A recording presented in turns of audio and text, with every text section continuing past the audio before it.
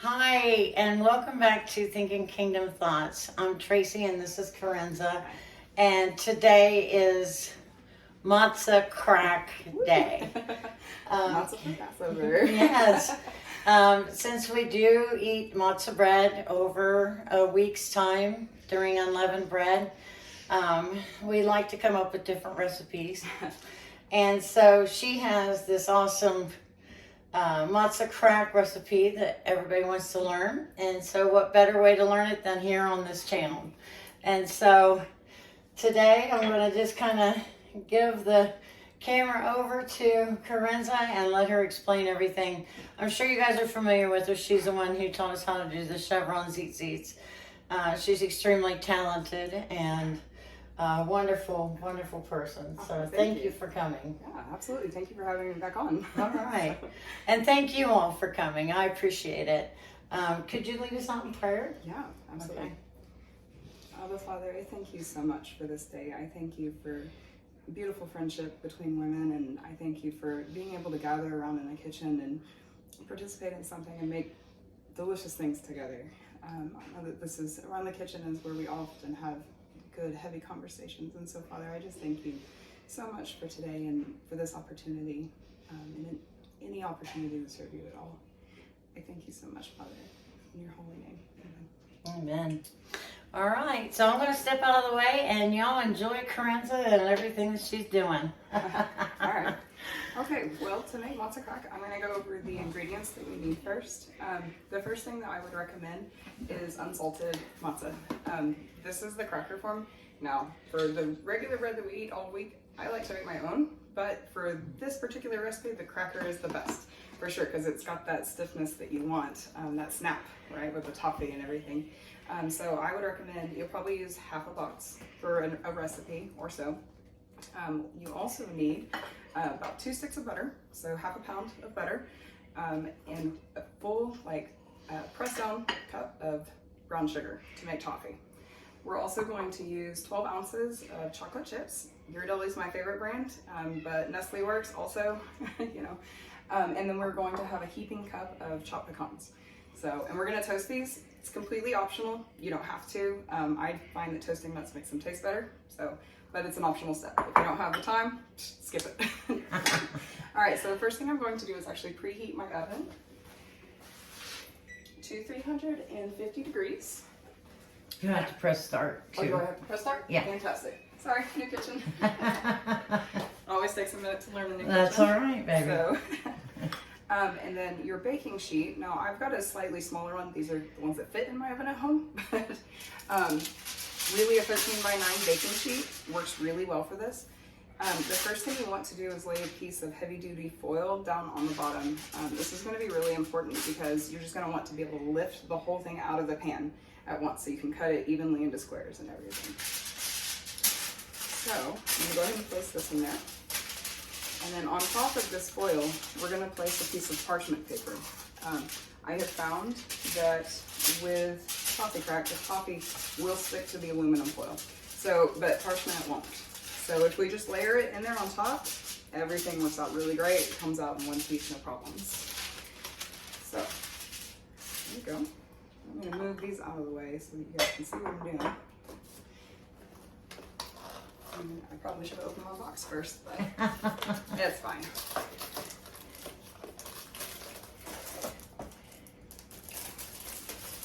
Now, you can use the salted crackers for these. It really just, if you're watching your salt or your sodium, probably don't. But I'm also going to sprinkle some kosher salt on over the top because that flaky sea salt, it does wonders, you know. Either flaky sea salt or kosher salt is amazing for this. Yeah. So. Now, you just want to place your matzah squares. Once you have them out, try not to break them off. There's scissors over on the other side of the stove. Oh, okay, just got it. Okay. There we go. Fiddle with it long enough and it'll come out. All right, and so I just want to place these squares down in the bottom of the pan. We want to make them flat as possible. You can break these up, it's fine, not a problem. So I'm just going to place it in here, get it as close as I can to filling the whole pan.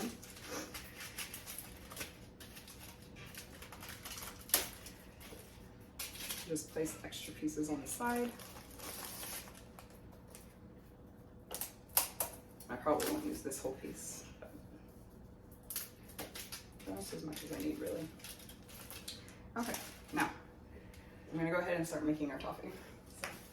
So, the toffee, over medium heat, we're going to melt our butter, and we're gonna mix it with a whisk with our brown sugar. So, let's see.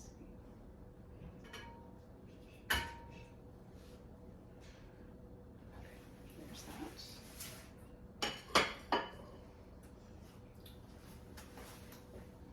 And sugar.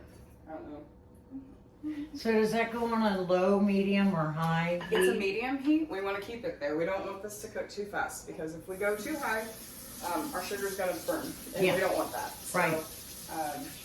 Yeah, we definitely want to keep it at a medium heat, and we're going to whisk it constantly until it comes up to a boil, and we're going to keep whisking. Okay. So toffee's a little bit finicky, but thankfully, as long as we keep our heat low enough, it won't be a problem at all. Yeah.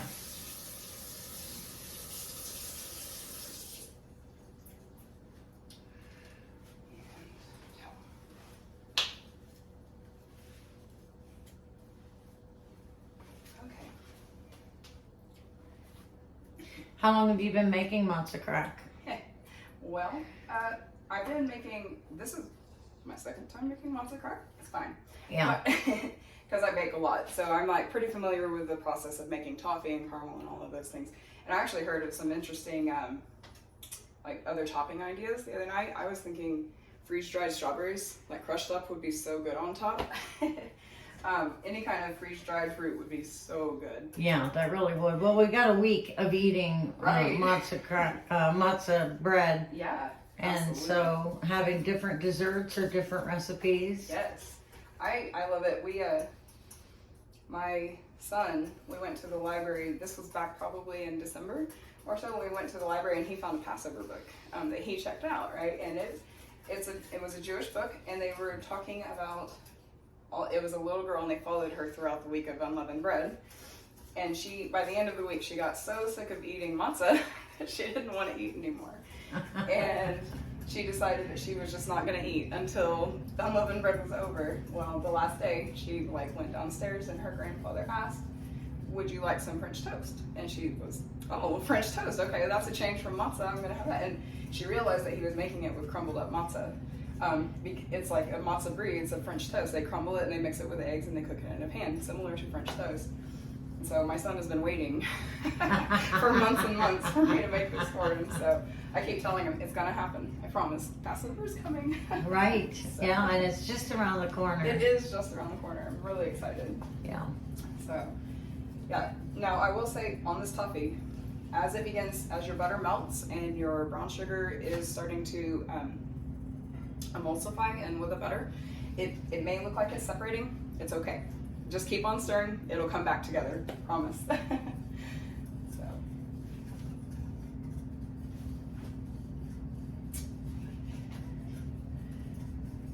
Now, a lot of folks have been planning for the week of Passover and unleavened bread and getting their houses cleaned up again. Yes. That's when spring cleaning actually originated. Yeah, I totally believe that. I've been going through for a few weeks now cleaning my house. I'm hitting one room at a time. I don't have time to do more than that at once. Yeah, yeah. So. Yeah, different people do it different ways. Yeah. It takes a little bit of time, but It sure gets does. done. And it's funny how each year we come up with a different idea of where bread might be. Like the toaster, that's pretty easy. The toaster's pretty easy to figure out. Yeah. Yeah. I gotta clean out my air fryer. But Yeah. I didn't thought about that. Right. My deep fryer, Yeah, I some- remembered that last year, and I'm like, oh my goodness, we put breaded stuff in that deep fryer. Yes. So it's a good excuse to drain that out and freshen it up with new oil anyway. Yeah. Someone mentioned their cars, like cleaning out their cars because their kids, when you go around, and I'm like, ooh, I had not thought about that. Maybe I should consider that. Yeah. And I mean, some people are divided on that. I don't live in my car, I get it. I Yeah. don't either, but I'm there a lot. Yeah. So, Right. I don't know. I'm like, It's a good excuse to get it cleaned up. I mean, my car needs it. That's for sometimes sure. we need that boost to just be Yeah. encouraged to do those things. And how nice to start the spring out so Yes. fresh and clean. Yeah. And inviting those that want to come over for a Passover meal. Yeah. I love that. Yeah. It's Passover's a beautiful familial feast. Yes. That's my favorite part. Is it's familial. Yeah. So we've always tried to have at least one other family with us at our home, and we like to do. Last year we actually got to do a foot washing at our home, and we had a great time with that. It was so much fun. Yeah.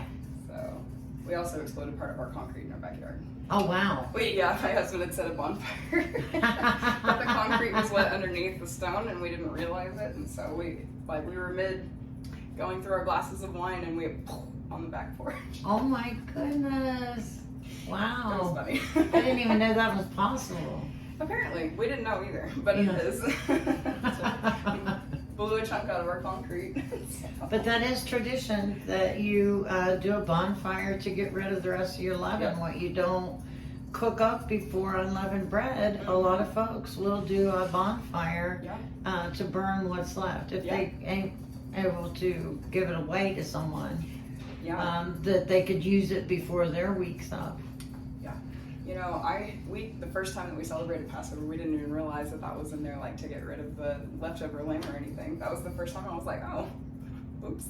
The first time I was like, oh, maybe I should have read the fine print a little bit more. So, Yeah, we learn every year. Yes.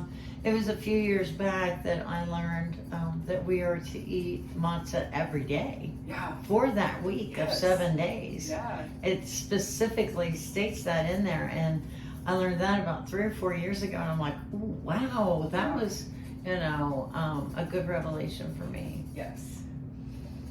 Getting close to a boiling point. I'm actually going to turn my front pan on real quick so I can toast these nuts while I'm doing this at the same Mhm. time.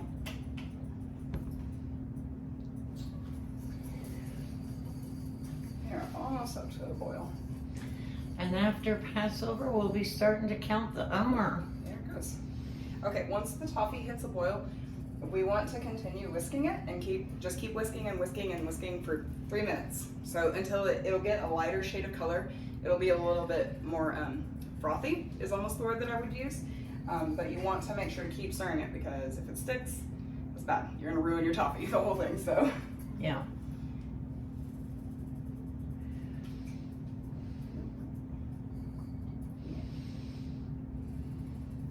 okay, 3 minutes and counting. All right. Yay.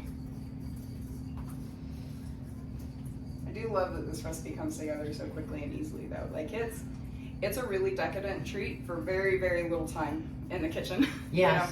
Yeah. Because I've made a lot of things that are way decadent and take lots and lots of time in the kitchen. Like my croissants when I bake. Yeah. Those take a long time to make.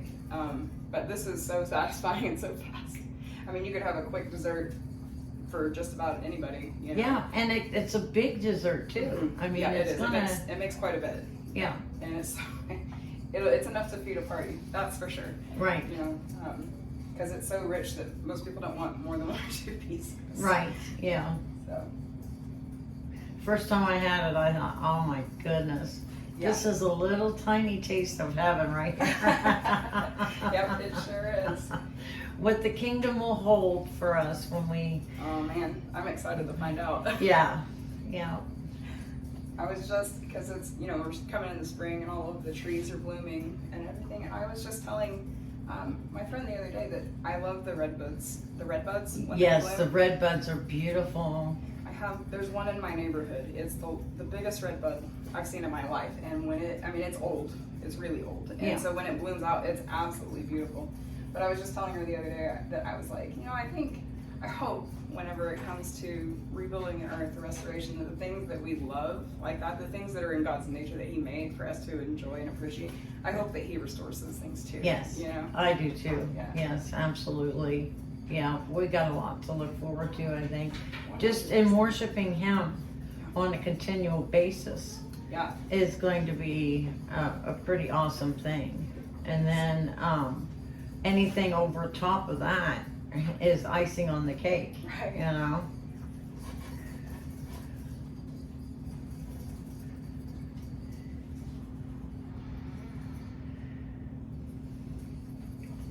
Turn my heat down just a little bit. Those coils get real hot. So Yeah. on the electric burners. It's yeah. So ooh. Don't want to see it. Are you used to cooking on electric or I gas? am. Or? I grew up cooking on gas. I cook on electric now though. My stovetop is glass. It's a glass stovetop, which I like. I like it a lot better than coils usually. Yeah. Because I lived in apartments for years and cooked on coils. I Right. don't like that too much. So. Yeah. But yeah, I prefer gas for the fact that it cools off so quickly after you're done using it. Right. Because I burned myself severely on the top of my glass stovetop before. So. Oh yeah. Yeah.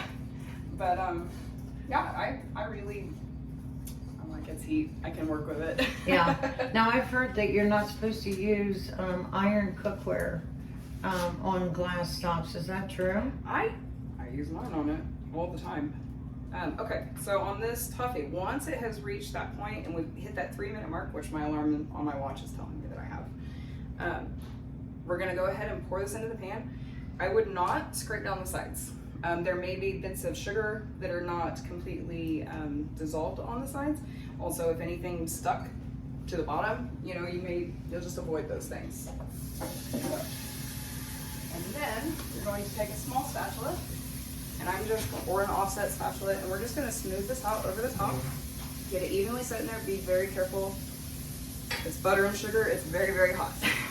Yes, it would be. Yep, but the boiling point of butter and sugar is real high, so and it will burn the tar out of you. For Wow. sure. Yeah, and it's something you couldn't get off of your skin very quickly either. Right, exactly. Yeah. It hurts to get burned with candy. Yeah.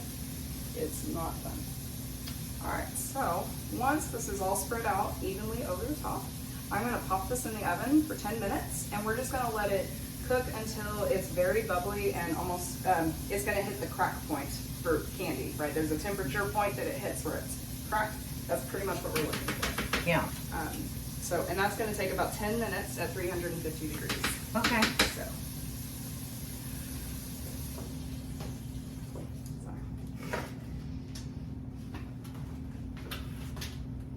And that's probably why they call it MATZAH CRACK. I would guess so. Yeah. Because it can crack You and get that open candy up crack. for the servings. Yes. Yeah.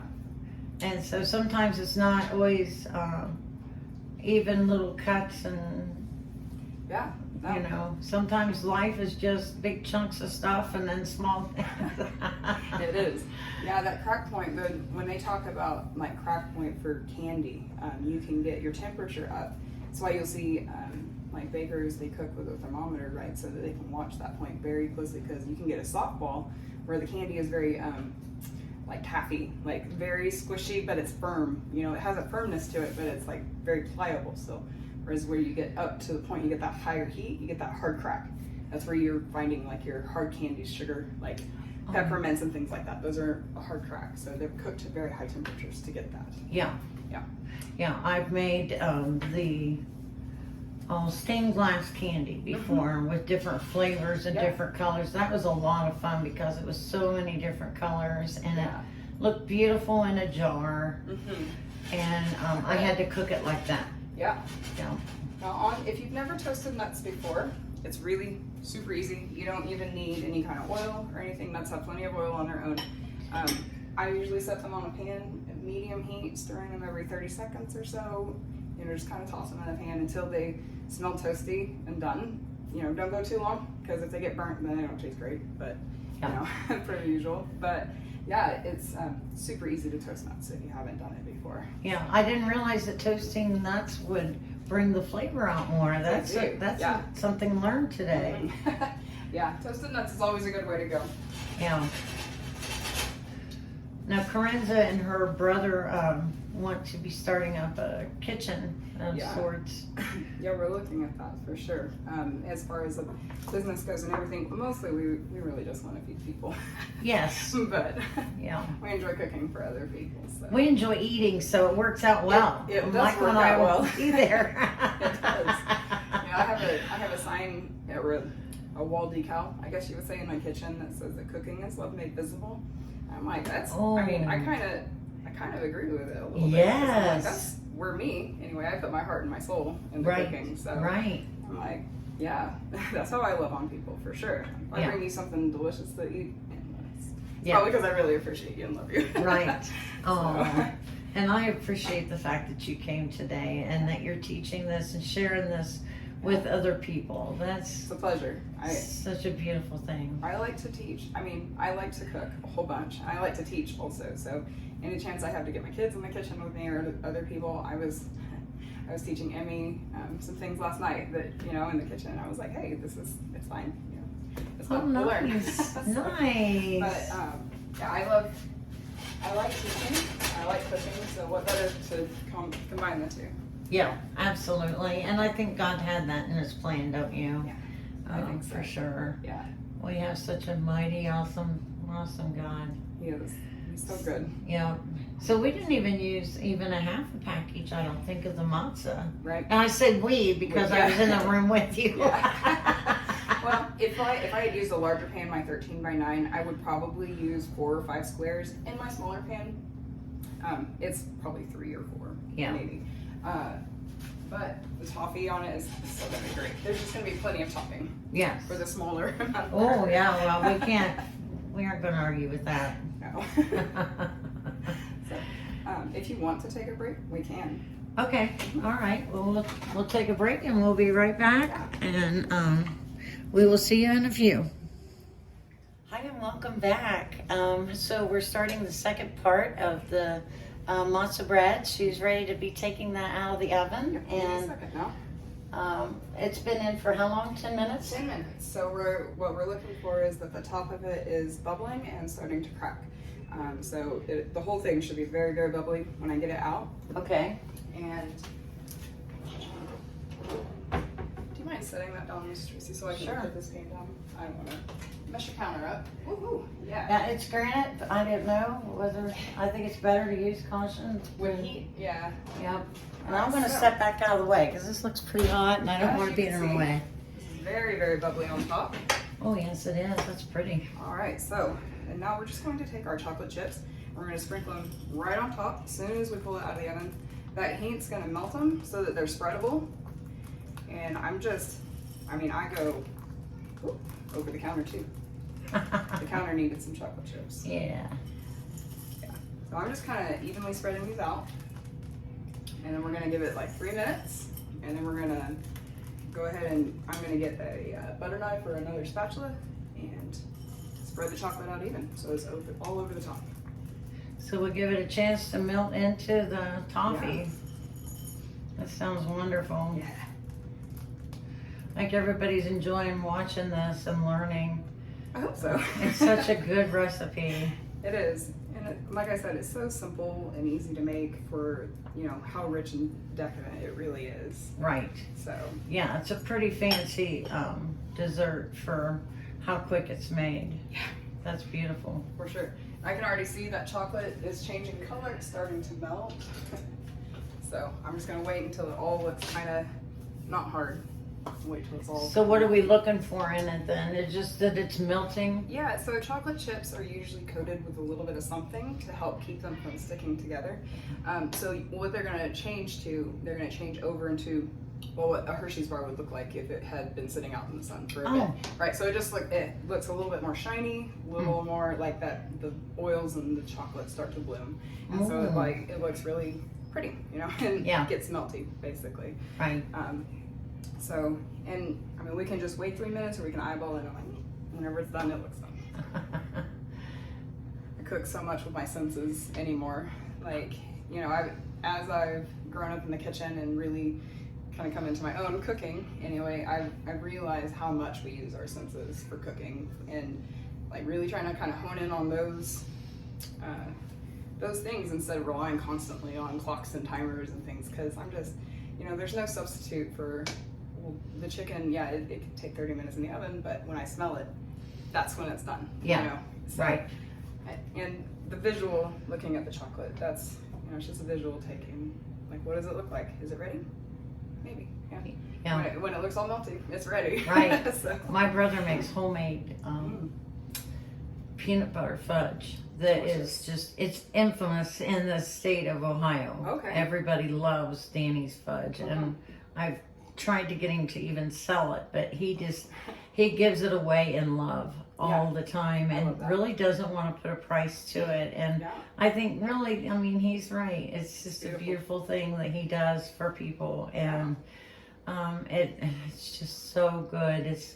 It's cooked over a stove, just like what you did, and he will take a spoon to see when it's at its soft state, not at its and Mom taught him all that, and he picked up on it, and it's definitely a generational heritage that he's given to the family. All right, well, all this chocolate looks pretty melty to me, so I'm going to go ahead and start just spreading it out, and it should go real smooth because it's so melty.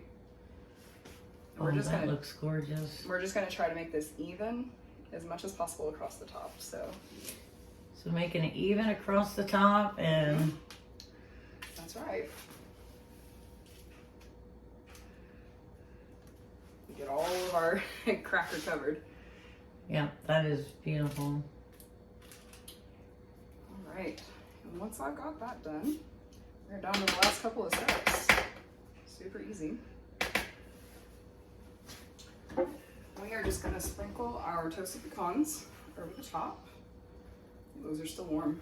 Yeah, while we were waiting, we went ahead and got those off of the stove, and I got to do a taste test, and that was pretty amazing. The heat added to that. It really did bring the flavor out. It's such a simple step, really, to add a lot of extra flavor. And I think that's a lot of cooking, you know, is like that. There's just little things that we can do here and there to improve whatever it is that we're making. Yeah. You know, so whether that's, you know, buying a block of cheese and shredding it yourself instead of buying shredded cheese. Yeah. You know, there's little things that we can do all over the place in our kitchens to make it really homey and comforting and just exactly what you want. Exactly. So, and then after the pecans, I'm just going to do a couple of pinches of kosher salt. I just like to rain this down because it gets very evenly coated that way. Just like hold it a couple of feet above the pan and just let it go. So. And that's called raining? Yeah, I rain it. Yeah, I just call it raining, sprinkling, however you want to do it. That's a beautiful way to say it. It really is. Yeah. Okay, so now this is basically done. It just has to sit in the fridge for about 45 minutes. You don't want to wait much longer than that. If you do, the candy will get too hard. It'll be more difficult to cut with your knife and work with. Okay. So 45 minutes in the refrigerator. 45 minutes in the fridge, and that pan is hot, so I'm going to put a paper underneath it. It's a good idea to set it on a wire rack if you have a wire rack. You can set that in the fridge also. So, but I'm just going to make sure your fridge is protected. It's not too hot. Okay. Careful doing that.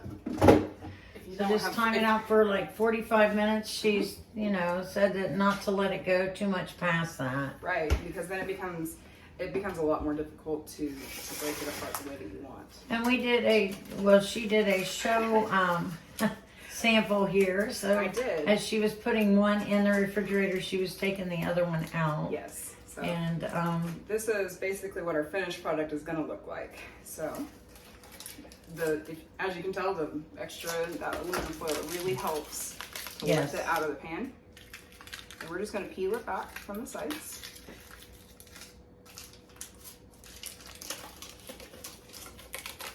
And I can even take this whole thing off with that parchment paper. So, wow. what I'm going to do, we'll set our cutting board over here.